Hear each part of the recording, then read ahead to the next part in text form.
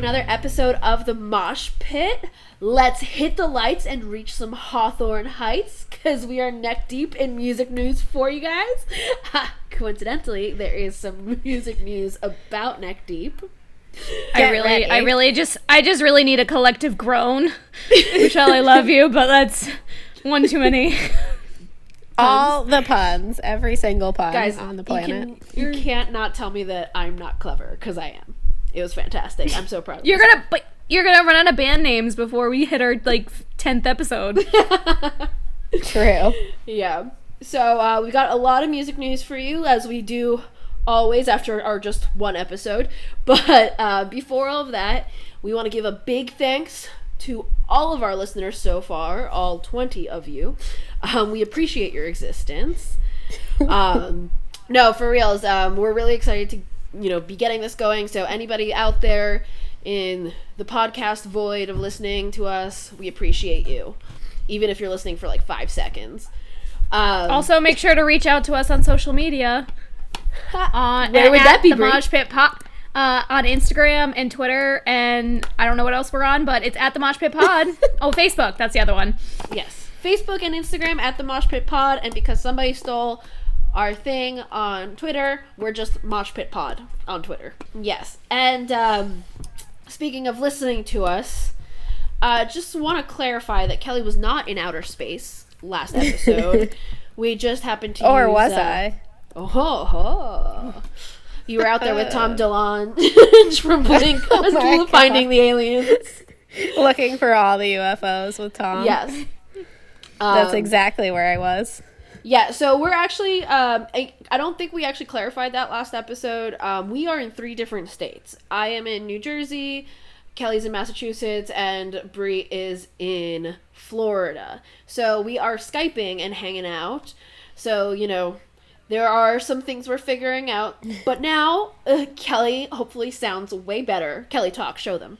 I hope so. I hope I no longer sound like an alien.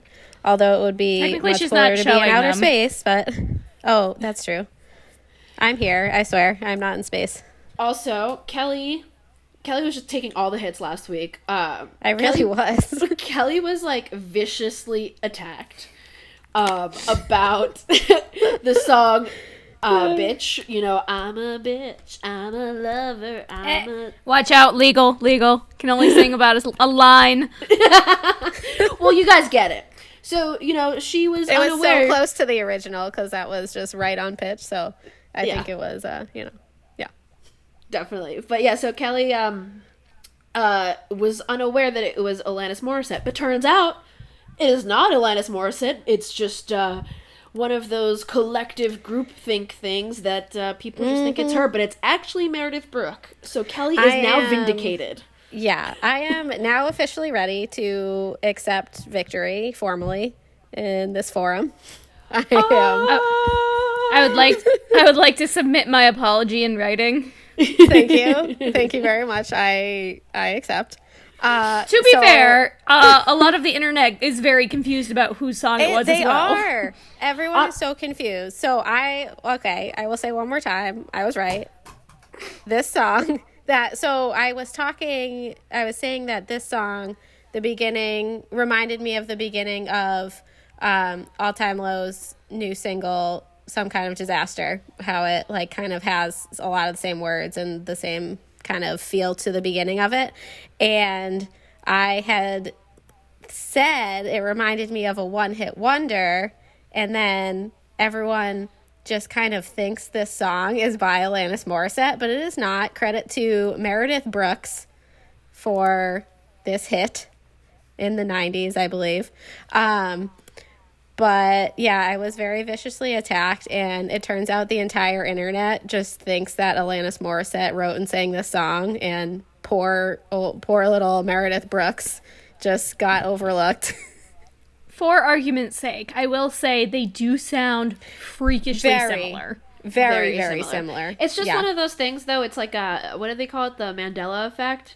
That, you think everybody thinks one thing happened, but it was actually the other thing. I am convinced that there was a movie in the late 90s, maybe early 2000s, where Sinbad was a genie. turns out that's not true. And it's called No. Shazam. And everybody says it's Kazam, Shaq. and it was with Shaquille, but it's not.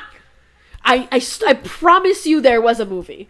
Regardless. We're all just so misunderstood. That's all. That's it. No, you're not going to find anything on the internet about a Brie, but...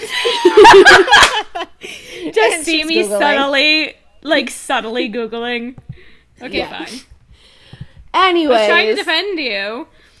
I can't defend myself because there's no trace of it on the internet.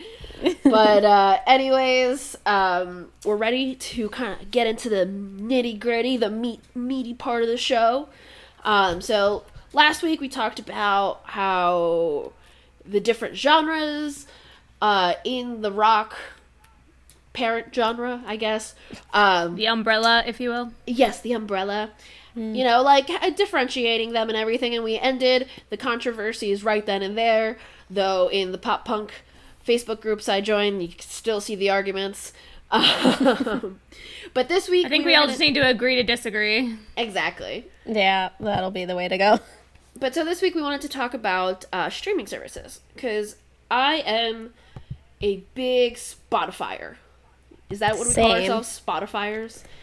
And so, I mean, obviously, like, they've kind of really ingrained themselves in society, I suppose. But is it really good or bad for the industry? Because on one hand, you know, obviously, you know, all the music's out there, and it's a lot easier to distribute. But, you know, I can't imagine bands are making a lot from streaming services. You know what I mean? Yeah. I'm also a Spotify premium person. I love Spotify. But when you do kind of sit back and think about how it affects the bands, it's just kind of a different world than, like, I think a lot of our bands started in, which was, you know, releasing CDs and physical CD discs. But I guess the different streaming services have different ways of compensating the artists. It's probably not enough. Significant. It's like pennies on the dollar. It's like insane. Yeah. Well, that was like the whole thing with Taylor Swift for so many, like, I know she's not really in our umbrella, but she's famously known to have not had her music for years on any streaming service because she was like, they're basically stealing my stuff. But eventually she finally, you know, got over it. No, and I think that was fantastic of her because, you know, I think she took a stand, and despite, like, her not really necessarily needing the money, because I've gotten into arguments about that. They're like, she's just, you know, it's just a money grab. And I'm like, no, I think she's sincerely taking a stand for artists everywhere, because if the bigger artists don't take a stand, why is the big companies going to listen to little artists? Because they're definitely, I mean, there's royalties for sure, but we all know that the best way to support our bands is buying their merch, buying their CDs, all concert tickets. Concert tickets for sure. Yeah. Speaking of buying CDs, we were talking, Kelly had brought up the point about how a lot of the bands in our realm focus on selling actual CDs. I have a bone to pick about the new all-time low distribution system, and I'm sorry, I'm so livid. So they have always sold physical CDs in their bundles with, like, a t-shirt or whatever you got to pick. It's fine. But for some reason, this time it's like, oh, you can buy the physical CD if you want to, but it's not in a bundle. All the bundles have the digital CD, which is fine because it's still the CD, but I'm weird. I'm old. I don't use any streaming service premium because I'm cheap. And I buy the music that I really like. Otherwise, I listen to the radio. Yes, I'm from the 1950s. Leave me alone. So I'm mad because I want a cassette. You can get a cassette and a bundle. I want my 8 tracks, damn it. No, I'm just kidding. I wasn't alive for that. But no, I'm just mad because I have a CD like case in my car that I have all of my all-time low CDs from high school, like Paramore, We the Kings, Blink, like all the bands I truly, truly supported were the only ones I would buy their albums of because I didn't have a lot of money to spend growing up. So I will say that's a little annoying. Yeah, no, so I still bought it though. So I'm a piece of shit, and I stopped buying CDs a long time ago, and now it isn't for me not like wanting to support the bands, because I buy merch at every concert. I am at a concert like every other week. The thing is, one, I don't really have anywhere to listen to CDs anymore, and two, I was like, I don't know if the words is dejected but in college I had my CD case in my 96. Oh, I remember this. Nissan Maxima, and I had on the visor. Yep. Yeah, I had all my CDs in there, and I had it in my car, and I am telling you, I still don't know what happened, because my car didn't seem like it had been broken into, but that was gone, and so it was stolen, and then I just didn't feel like rebuilding my CD collection at that point. And then that's when I was really listening to Pandora at the time, and then I found Spotify, and it was way better.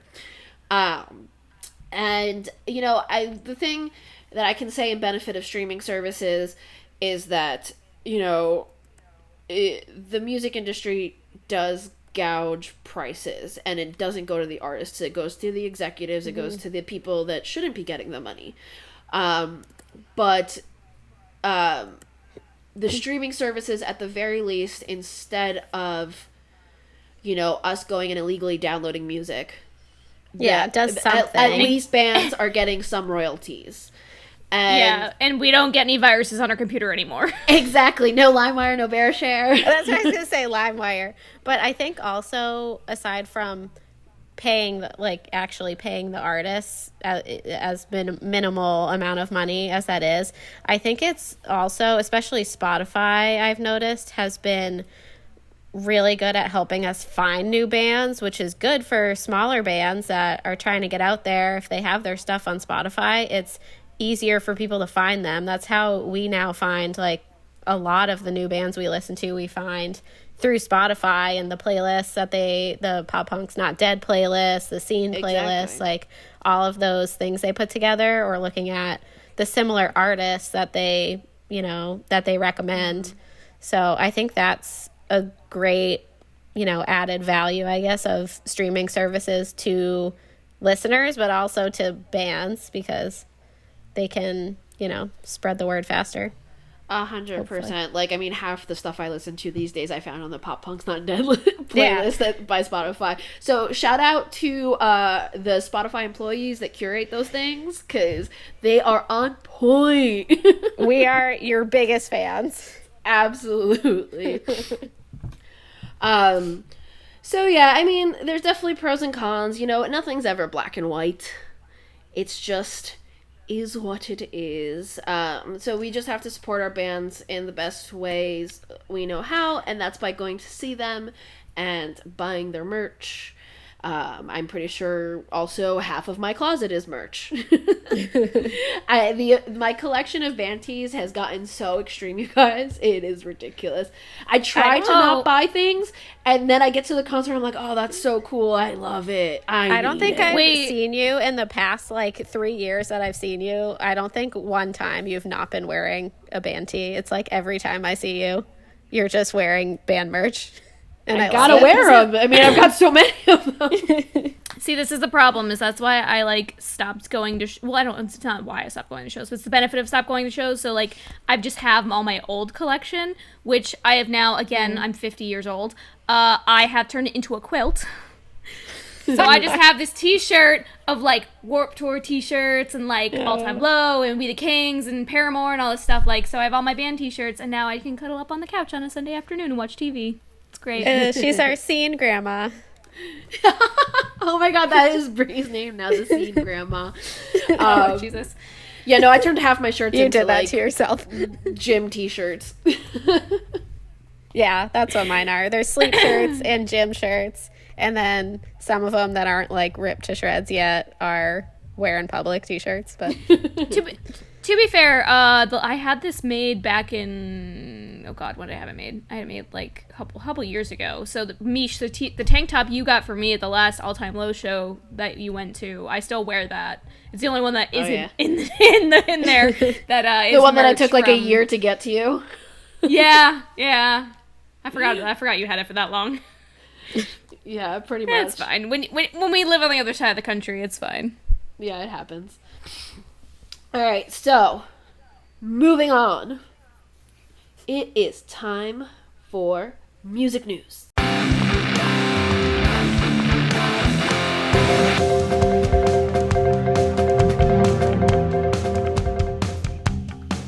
Yeah. So, yeah, you guys know we live, breathe, eat All Time Low. So obviously the first thing on the docket is All Time Low. So last week we talked about, 2 weeks ago we talked about, their new single, their old new single, I guess at this point. Their first single off the new album. Yes, which is Some Kind of Disaster. Yes, and it just so happened that they released a whole bunch of stuff right after we recorded. So we're a little behind, but we're catching up. So they announced their new album, Wake Up Sunshine, and I'm super stoked because, as I've said, it's been a long time since their last album. And it's coming out April 4th. There are 15 songs, and that is exciting because I feel like Future Hearts didn't have a lot, and I feel like Last Young Renegade didn't have like a really full track list, It was just it was bare bones. 12, I think, yeah. Yeah. But their newest single, Sleeping In, came out on February 20th, and I loved it. Absolutely loved it. I like it more than Some Kind of Disaster, I would say. Oh, 100%.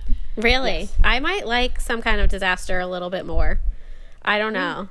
Huh. It's close. It's a close call, but I don't know. I just really enjoy the message of Some Kind of Disaster, I guess. I connect with that a lot. That's fair. But I just think Sleeping In, once you get the words right, then it then you just love it because you can just yell it all you want and it's great.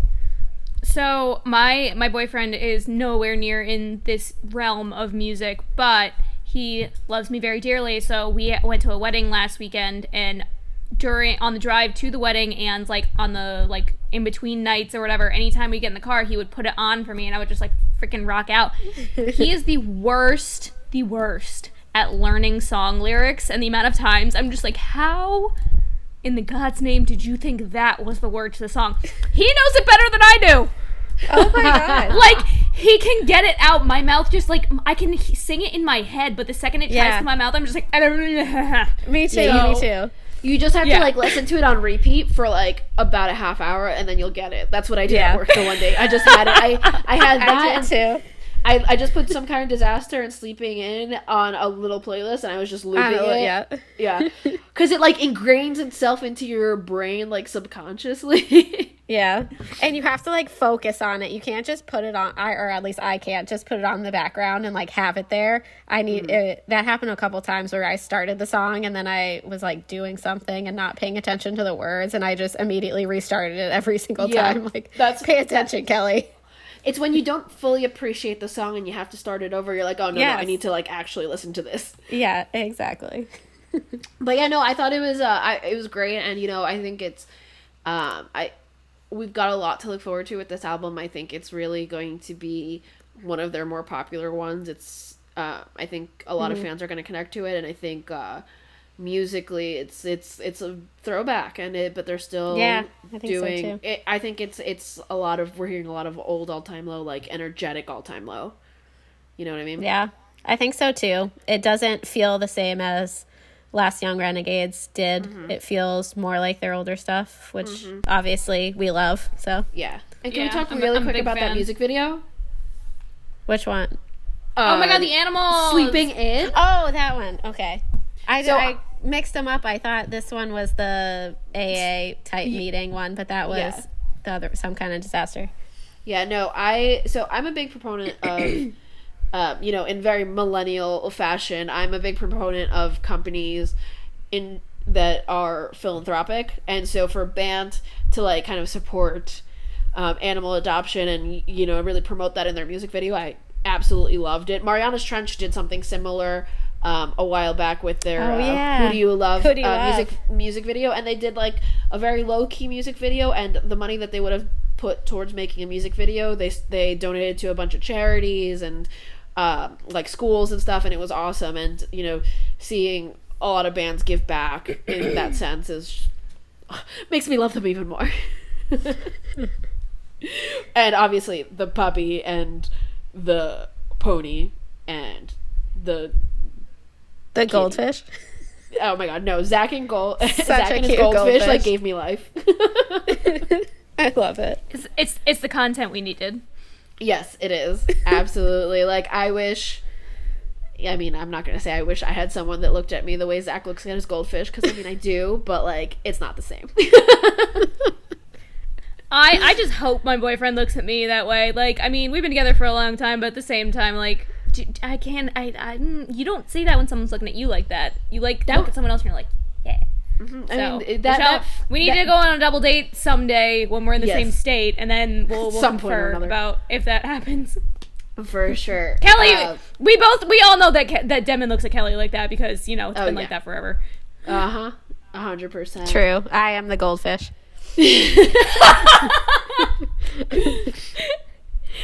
Oh, God. But so yeah, All Time Low's new album comes out April 4th, and on April 3rd, which is really cool, and I'm super stoked for them, they're going to be on Good Morning America. And no, I'm not sure. I freaked out when I saw that. I know. That's I'm not sure awesome. exactly if they're like performing or if they're like what's going on there, but like regardless, they're going to be on Good Morning America, and that's just fucking dope. And Yeah. the Can I the set little my DVR yet? probably the little like 15-year-old fangirl inside of me that just wants them to myself is a little upset, because this hopefully will give them like an even bigger platform. And like, I think You're going hipster. I know it's just a small part of me. I'm really stoked for them, because like this could catapult them into like the likes of like Panic or something, or Fall Out Boy or Blink, and like really I mean, they already have huge shows, but I think even bigger would only benefit Like them. And arenas, yeah. yeah, for sure. And they released a new message on their Sunshine hotline. Since you can't see me, I'm air quoting. But it's like where they've been like kind of giving us like clues and stuff. And so yeah, after they released everything, they had a new message on there, and it was like, this person, that person can't use this thing, so we're moving to this. I wasn't really paying attention, because I just look for the news once it actually comes out. But apparently the letters of the name spelled out panda, and I don't know, from what I've been seeing online, there's lots of conspiracy theories about this panda from like Everything Is Fine or Birthday or whatever it was. Well, yeah, there's also in the music video for Wake Up Sunshine. Sleeping In. Sleeping In, yeah. It shows a panda suit like on Alex's couch when he's like saying he woke up hungover. Oh. Yeah. So if it's like one of those things, it was in Birthday, as I remember correctly, that the panda was the one who was like tying them up and whatnot. Oh yeah. Either way, So this is my theory. wasn't a fan of that one. Personally, I think Alex is a furry, and his chosen animal is a panda. That's it. That's what it is. It has been decided. That's all it is. But here's the question: is his wife into it? Well, she's gotta be. She married him. I mean, but She had to have imagine known if he like before that. comes out. Imagine if he like comes out after like, I just need to tell you something. I'm just really into wearing a costume of a panda, and she's just like, I mean, I'm just they've like been picturing together. how awkward that conversation's gotta be. I mean, they've been together for like over 10 years. I don't think she would like be surprised at this point, being That's married fair. to someone like Alex Gaskarth. That's fair. That's fair. Yeah, and then they're also going to be headlining Sad Summerfest, which I'm super stoked about.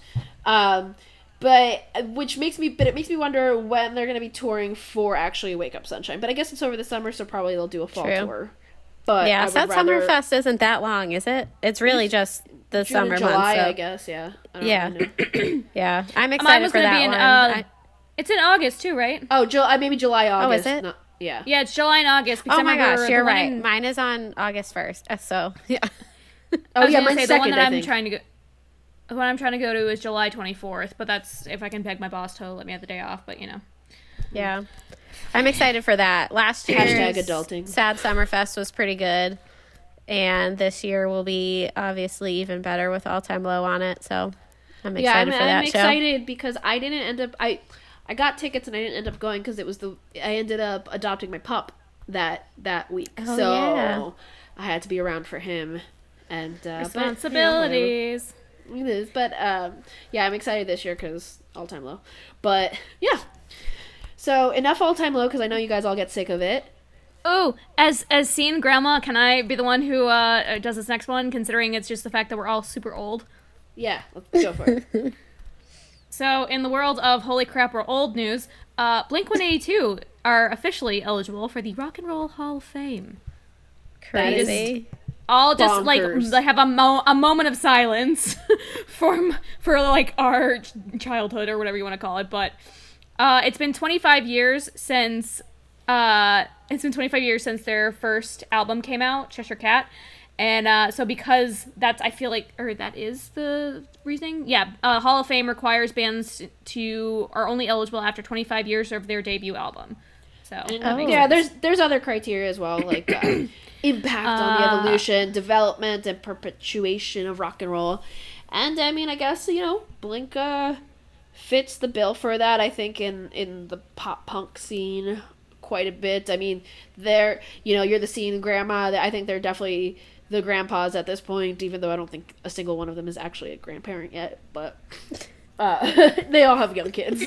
So, but no, they're the dads. They're the dads of the scene for sure, especially Mark Hoppus. Yeah. He is 100% the biggest dad. Do you guys follow him on Twitter? No, I don't. I'm not really on Twitter. Well, he is again grandma over here. Yeah, he's got dad jokes galore for sure. And yeah, the whole jokes. Mark Hoppus and Alex Gaskarth with Simple Creatures too. I feel like they just look like father and son. I don't know why. I actually haven't listened to any of that stuff yet. It's been like on my to-do forever, but I haven't gotten around to it. It's got some good vibes. I would call that a little neon pop punk, Cal. I would. A little bit. It's got like the synthy. Exactly. Whatever that is. The synthy vibes for sure. Yeah. But yeah, I would give them a listen, Brie. I've listened to their singles. I think I don't know if they have like a full album or anything, but yeah, Blink-182, man, just doing big things for years. And talking about big bands, so Kiss, well, a cover band of Kiss, in the most punk rock fashion, one of the band members of this Kiss cover band kept on going as his hair caught fire during a show. This was a couple weeks ago, I think. But when I read I think I saw it like the headline or something, and I thought it was like a clickbaity article, and then I read it, and it was like, no, that was legit. That happened. I am just reading this article now, and it is hilarious. Yeah, absolutely hilarious. The dude just kept the title. singing. Yeah. Even Kiss were impressed. He just stood there and kept on singing. Yeah, and good for them, because it takes a lot, I think, to perform Kiss. Because I saw them live, maybe when I was in high school, a teenager. Because my parents took me to see them with Aerosmith, actually, and very interesting concert. But yeah, they put on a really good live show, and I can imagine if it's a good cover band, they're gonna emulate them and do really well. But so for him to keep going when his hair's on fire, that's pretty badass. I think the best part about this entire story is the fact that the video circulates YouTube and everything. Kiss reached out to this dude and was like, "Are you okay? You just stood there. What are you doing?" So, I mean, at the very least, he's not only a badass, but it got him recognition of clearly one of his favorite bands ever. So that's the highest level of dedication I've pretty much ever seen. Exactly. Absolutely. And like I said, punk rock as fuck. So even though Kiss technically is classic rock, I would consider Right. them at this point. Even though, you know, the real rock grandmas, not the scene grandmas, the rock grandmas will probably yell at me for calling them classic rock. It's like Bowling for Soup's 1982. When did Motley Crue become classic rock? Legal! It was one line! It was one line! I don't actually know what the legal part is. I just know that anytime I've ever heard a podcast start singing, they get in trouble. Call the lawyers. One of our 20 listeners will get us in trouble. Oh, man. So, our next bit of music news. I was confused when I got this email. Warped Tour emailed me, and countless others. From beyond the grave. From beyond the grave. Basically asking about how we felt about doing another Rewind at Sea. Which, for those of you who didn't know, it was just basically Warped on a boat. So... I mean, I wasn't into it because I get seasick. That's why I never did the, what's the Paramore one? Parahoy, something like that?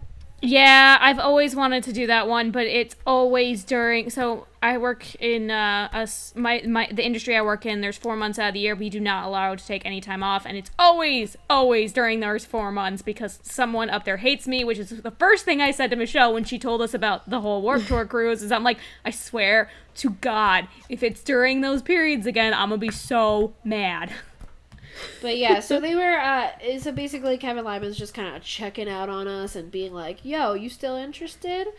And, like, he, like, even, I think, he sent a survey tweet for fans to share their input on what they'd want to see. Listen, there is ghosting, there is all these terms for dating, and I am very confident that Kevin Lyman is breadcrumbing us, is the terminology the kids are using these days. And so basically... Can you describe what does this mean? So basically, it's... How do I know this and you guys don't? I'm sorry, I don't know. So it's Who's basically... the grandma now? I'll take it. But basically, it's, it's basically kind of ghosting, but they're leaving you, like, enough little things around, like, some occasional text, a call here, there, a social media like, just enough attention, oh my God, engagement to keep you interested, but not satisfied. Okay. It's the once a week, oh my God, my life has been so busy text, how are you? And then ghosting for another week. Okay. Yeah, that's Kevin Lyman to every fan in the scene right now, because, I mean... A lot of people have complained for a long time that Warped was kind of in decline, and it was. There's been some bad years, but that is for 1,000 different reasons. And but everybody was super sad when it went away, and then came back, and then went away again.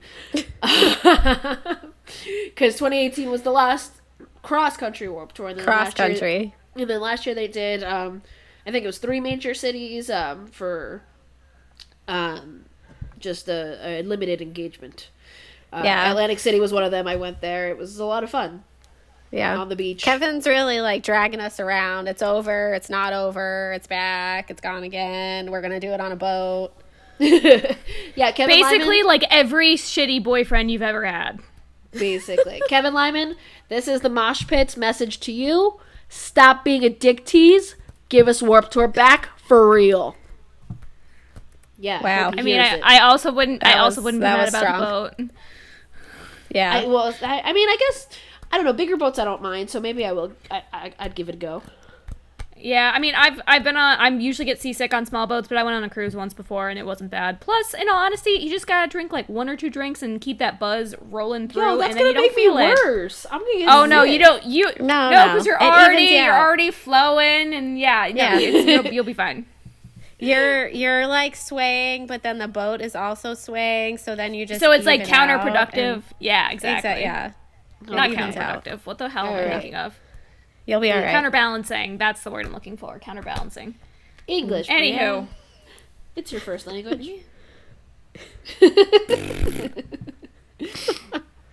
So, excuse me.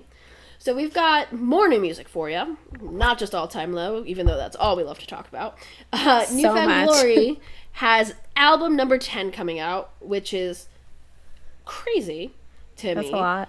Yeah, it's called Forever and it's like pop punk's still not dead all over again. Oh my god. Forever and Ever times infinity. And it comes out May 29th. And they released one of the songs, Greatest of All Time. And for like half a second I was super confused because they did a cover of The Greatest Show. The Hugh Jackman movie. Did they? Zac Efron. Yeah, they did it on their last From the Screen to Your Stereo album. Oh. Didn't Panic at the Disco do that too? Didn't Brendan Urie do The Greatest Show? Could have. Don't know. Okay. But yeah, so I thought it was that at first, but then I listened to it. And especially today, because they released for March, they released this bracket to find the greatest of all time New Found Glory song, and I filled it out today. Check it out on our Instagram at the Moshpit Pod. And I was listening to these songs trying to compare and like win, and like as I was listening to it, I'm like, wow, yeah, you know, like their song Greatest of All Time is just so quintessential New Found Glory, and it really is. Yeah, and it's very pop punk, and so yeah, definitely still not dead. And I loved the music video. It gave me some really basement show vibes, and that's super punk. And there's a venue actually up in North Jersey called the Meat Locker, and that is the grungiest, most basement vibe punk quote unquote venue that you'll ever go to. It's like downstairs, and all along the stairs there's just this wobbly ass mural of a really, really long dick. And there's just graffiti everywhere. No, I mean, you definitely think you're probably gonna get murdered down there, but it's dope. And that's kind of what I was getting from the music video, and yeah, I loved it.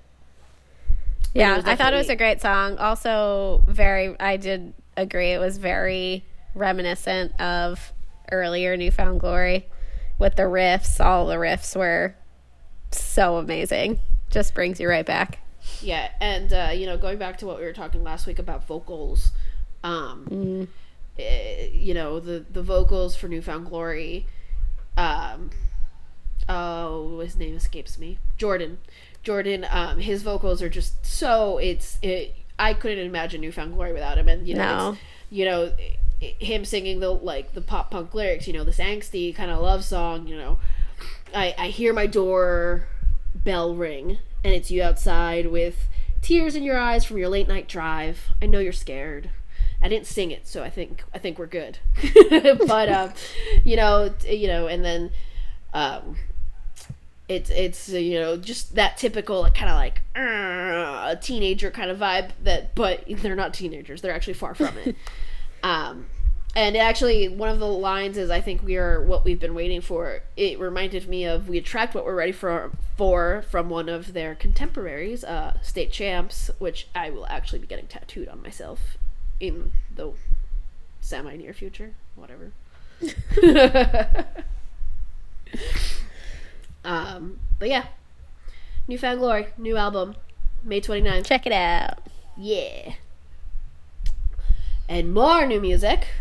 So much new music. This is like the week of new releases. It's like Christmas for emo kids. I know. It's amazing. So Neck Deep has a new song out. We were talking last time about how they were being cryptic as fuck. They released their new album, Low Life. Their new song, new single.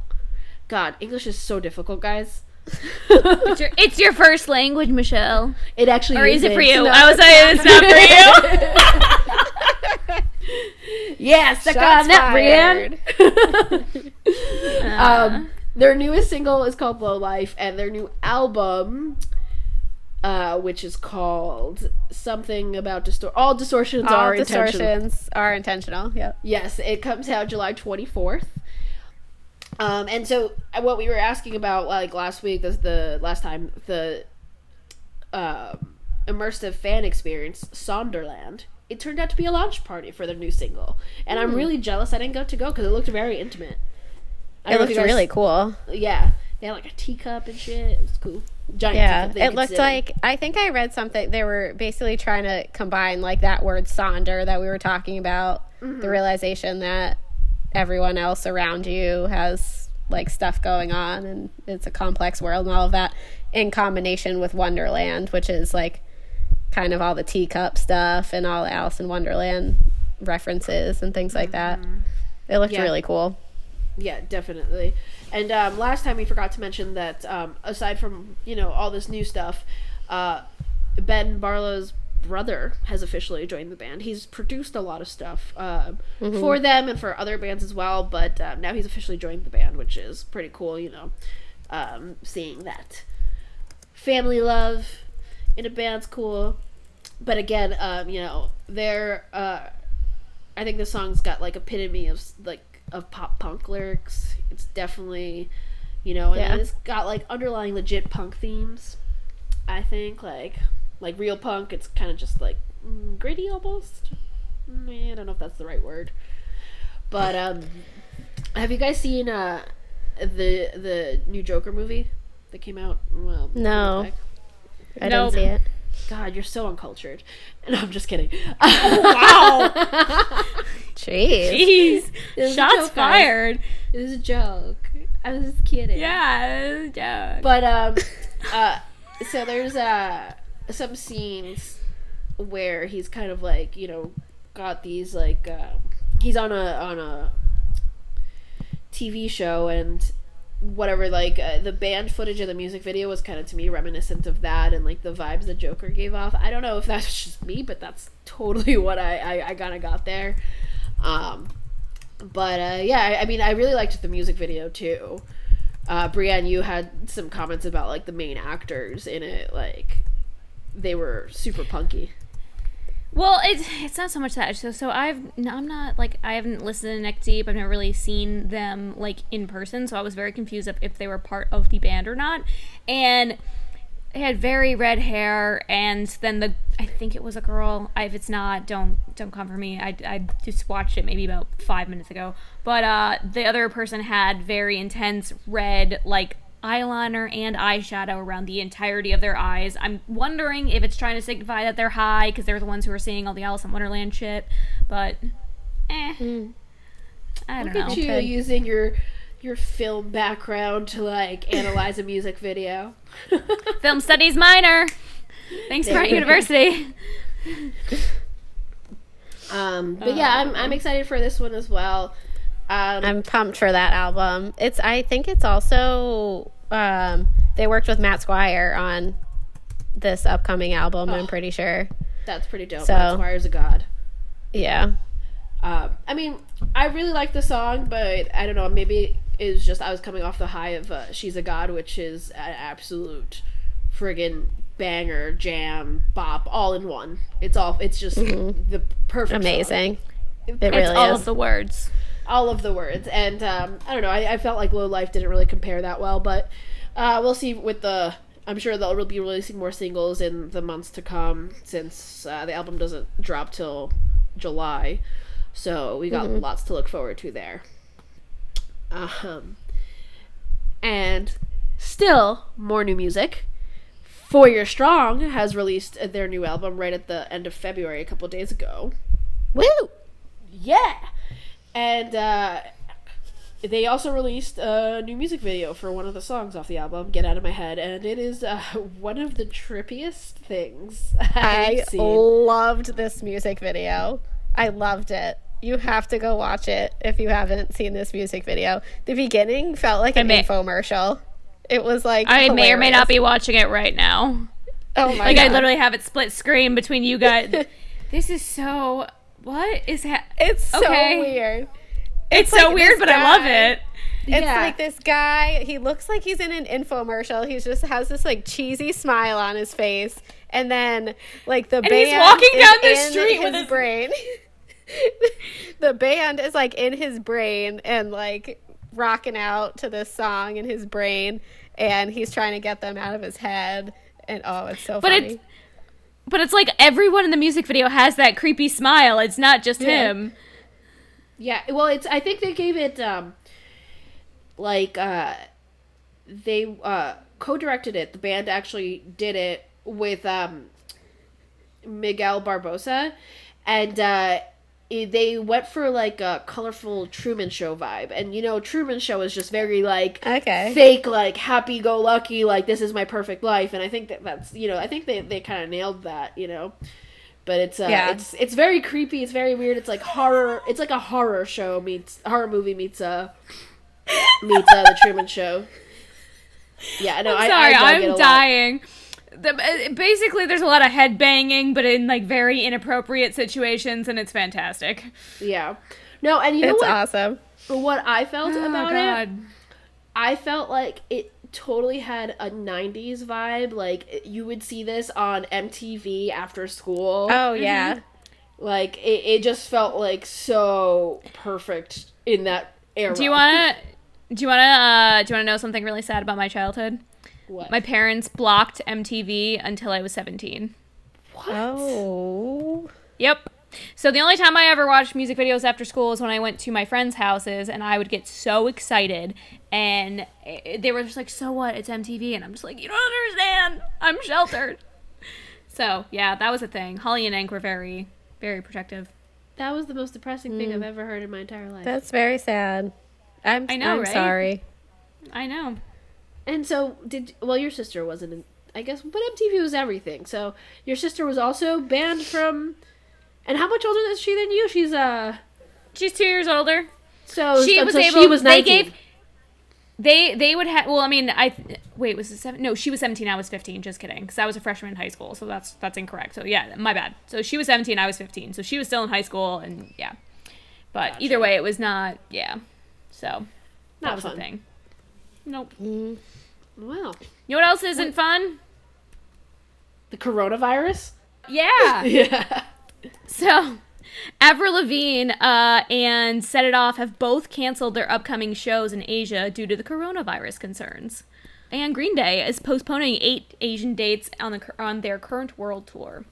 So yeah, this coronavirus is getting out of hand. It's affecting us, and I don't like it. Shut it down. Coronavirus canceled. In all You're seriousness, welcome, we're all very concerned about the spread of coronavirus, and we hope that everyone's getting better. But it's impacting not just like like the news, like it's reaching weird corners of the world. You know what I mean? Like normally when you see something happening on the news, you're just like, oh whatever, change channel.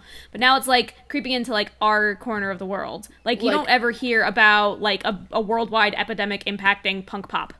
Yeah, or like the fact that it's actually like canceling Avril Lavigne, because first of all, who knew she was still touring? Second of all, not at all. She's canceling her shows over it.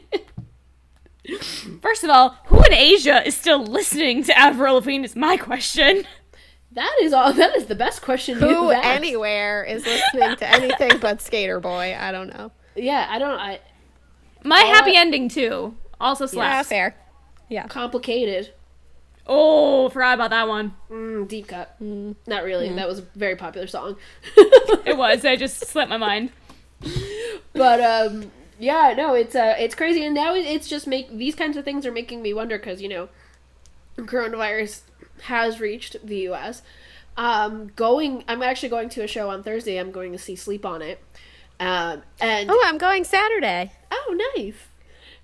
Going to like a close quarter. Yeah, public space is concerning, but the media does like make things crazy. Like I remember I was at Bamboozle sweating with like 100,000 people in '09 when swine flu was around. I actually was telling people that I had swine flu, and then I would cough on them to get them to back up the fuck off of me. Because there was just so many people at that Bamboozle, and they were just on top of you, and I had gotten a bamboozle burn, and so it was like hurting. What you're telling me is washing your hands isn't going to stop anything in those kind of situations. Wash your hands before, during, and after the show. Have some soap and water in your pockets. Just carry Purell at all times. Just douse yourself in it. Absolutely. Just don't douse yourself. Douse other people. That too. No, right. Just kidding. Fine. Also, douse everyone else. Just kidding. Also Concert etiquette. Don't touch other people. Yeah, don't throw Purell. Don't sanitize other people. They should be sanitizing themselves. That's concert etiquette. Also, if you're gonna douse yourself in Purell, beware around the inadvertent people who are gonna be smoking weed, because you might just light yourself on fire. Like the guy from the Kiss cover band. And full circle. Don't forget, it is punk rock to keep on going. You keep headbanging. You keep moshing. I mean, eventually the fire will go out if you're just rocking out hard enough, right? That's what happens. That's how it works. That's how it works. The quicker you headbang, the quicker the fire goes out. These are not good fire safety tips, but okay. Yes, we are not certified safety experts, so please do not take any of this. Don't try to sue us if you guys, try to light yourself on fire with Purell. We never even told them to light themselves on fire. We said if they inadvertently did it. We're That's not a very good encouraging point. any of it. Call the lawyers. We need to make sure our language here is correct.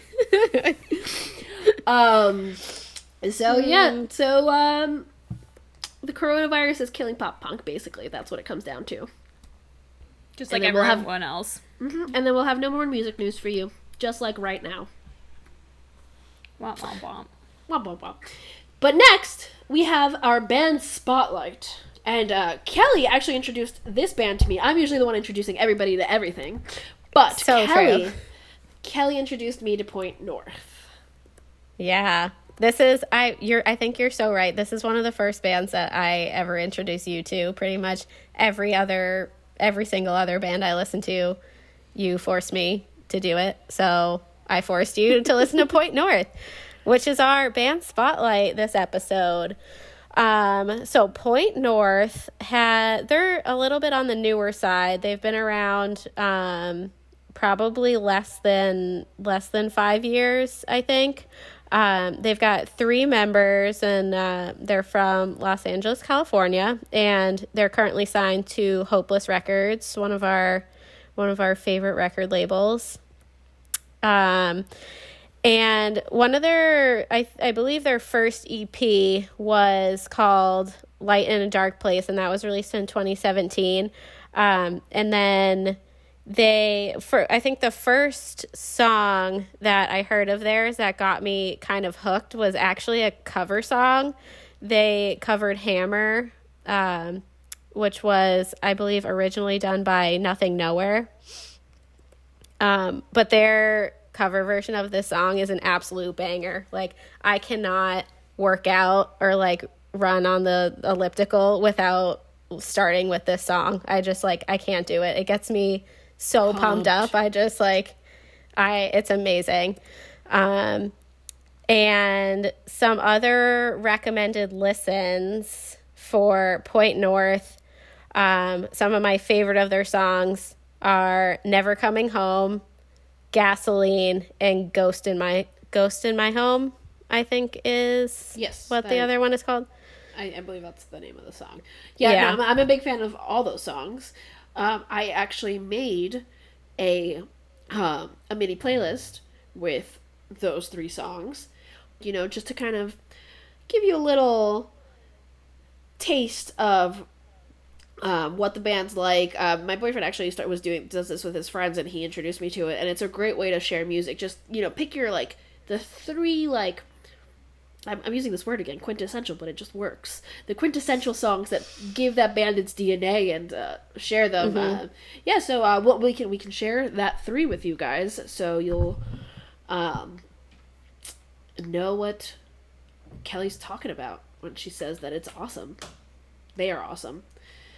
But yeah, anything else about them, Kel? I don't think so. They do have a newly released single, I think, that just came out a month or so ago, that they do with Kellen Quinn from, where is he from? Sleeping with Sirens? Yeah, Sleeping with Sirens. Right. And they also just got off a tour with Grayscale. I really wanted to go to one of those dates, but the venue is like an hour away, so Yeah, I wasn't didn't able make to it go to the that. Grayscale tour either. It was a bummer because Grayscale's great. Yeah. Also, little bonus band spotlight for you there. Listen to Grayscale. But yeah, no. Point North is a good because they're not too popish in my opinion. No. So anybody who's a little bit I guess skeptical of pop punk, it's a good pop punk band to listen to because they're more on the punk side. Yeah, definitely less poppy and riffy or I don't know if you would say that, but more on yeah, kind of. They reminded me a little bit of State Champs. I don't know why. Maybe the vibe, not really the sound. I mean, if anything, the sound would be a lot like their first EP, Everything Is Fine. Yes. Yeah. Yeah. So yeah, that is our band spotlight. Go ahead and give them a listen. They are on Spotify, as I mentioned. I'll definitely post on our social media at the Moshpit Pod on Facebook and Instagram, just Moshpit Pod on Twitter. Our playlist for you guys. Yeah. So to end the show, we're going to talk to you a little bit about our first pop punk experiences, our first pop punk concerts. I think we talked a little bit about we kind of got into the scene in high school and everything. So, my first concert was not really super pop punk. It was more neon pop punk. It was Metro Station. Their Disco Balls and Blow Up Dolls tour in 2008. I was 17. I had been to other concerts, but this was the first time I went to my own concert. I chose the concert that I was going to go to, and I went with my friends, and I just felt so grown up, and it was fun, and that just kind of I got the bug then, and then I just started going to so many shows, because then that was October of 2008, and then November of 2008, I found out at the same venue I went to, All Time Low, which at the time was my favorite band, and still is, obviously. They were playing, they were touring, and they were going to be there, and I begged my mother to let me go, and she I didn't really have to beg, but I begged, because I needed to go, and then that really sealed the deal for me, and I've been going to concerts probably at the very least once a month since, for the last 10 plus years. And just FYI, that tour was my favorite tour name ever. Always. I love that. Yeah. The Compromising of Integrity, Morality, and Principles in Exchange for Money tour. Because that was when it was trending for tour names to be long, song names to be long. Shout out to Panic at the Disco and Fall Out Boy. But yeah, that was one of my favorite ones. Also, Man, Whores, and Open Source was quite a good tour title. Yeah, that's a good one. Yes. Kelly, what about you? I was actually having a really hard time trying to remember what my first pop punk concert was. I know my very first concert ever was the Backstreet Boys, but when I started trying to think of what... Oh, me too. Yeah. Every single time they come to town, I'm there. So when I started trying to think of my first pop punk concert, I remembered the venue it was at. And then I went back and kind of Googled what I thought it was. And so what I think was my first pop punk concert experience was a tour that Boys Like Girls was headlining with the Maine, Cobra Starship, and Versa Emerge. Oof. I think were all of the bands that were on it. That's so pop punk. Oh, very, yeah. That's so early 2000s pop punk. Yeah. So I'm pretty sure that was my first concert experience. It was in a smaller type venue, and it was a little bit more intimate, which was really cool. Noise. Brie? So I actually was having a very hard time as well. So I did what any millennial would do. I dug deep into my Facebook photo albums. That's a good idea. I should have done that. And yeah, so I found 2 options. I don't know if we consider the first one pop punk, but I'm gonna go with it. There's not much of a story there, but I grew up near Six Flags, New England, so they would have concerts there all the time, and they had Plain White Tees and Secondhand Serenade were at Six Flags, and the guy I was dating at that point for the month, because that's how high school works. That's what you did in high school. Yeah. To be fair, he was one of my absolute best friends, and he was we broke up and we were just this is just weird. And we continued to be friends after that. We were the ones I went to concerts with him and that group of friends all the time. But yeah, we actually met the drummer of Plain White Tees walking around at Six Flags. So that was cool. But it's Six Flags, so you can't mosh, you can't crowd surf. It's kind of lame. You just have to kind of sit there and listen to music, which is fine, but not ideal. However, I had that Band-Aid ripped off real quick at Warped Tour the following summer. It was the summer after my junior year of high school. I was about to start my senior year, and the same guy, his sister had a house right near, oh god, what's it called now in Mansfield? Xfinity Center. Yeah, they've changed names so many freaking times. Anyways, that venue, she lived 10 minutes away, so we stayed overnight there. It was me, him, another girl, or 2 other girls, and no, 3 other girls and another guy. It was a group of a bunch of us. We all just slept in our basement. But it had some bangers. We got Against Me, Ooh. Family Force 5, all time low. The first time I ever saw them, it was great. Say Anything, Oof. Forever the Sickest Kids. Yes. Miss them. We the Kings were my ultimate at that point, so I was so excited. And then the wild card of the group, drum roll please, Katy Perry. Oh. What? Yeah, it was the year that Katy Perry was randomly on the tour because she sang that song, You're Not Even Gay, and You Don't Even Like Boys, or whatever the hell that song is. You're So Gay and You Don't Even Like Boys. Her first single that came out. I don't even remember that one. Oh, she had a single called You're So Gay and You Don't Even Like Boys, and then there's another, and then also that qualified her for Warped Tour. No, but she it was also when I Kissed a Girl came out. So I literally because We the Kings was at the very time slot right before her, but at the opposite end of the venue, so I had to book it, and so the only thing I saw was I Kissed a Girl because It was such a short set. But yeah, it was great. I found out that I have panic attacks in mosh pits, so that was fun to find out. Yeah, it was one of those things. I had a very similar friend at that point in my life, Michelle, who was ready to beat the shit out of anyone who got too close to me, so that was fun. That's right. Yeah, so I mean, it was really fun. I got to meet a bunch of the bands. We met a couple of the guys from the Forever Sickest Kids. It was fun. Yeah, it was the first time that I ever went to a concert that it was that kind of a setting where you had or I should say a festival, where you had to run around and do all kinds of stuff, rather than it just being I'm gonna sit in my seat or I'm gonna sit on the grass and that's it. So yeah, it was very intense. Cool. And it rained.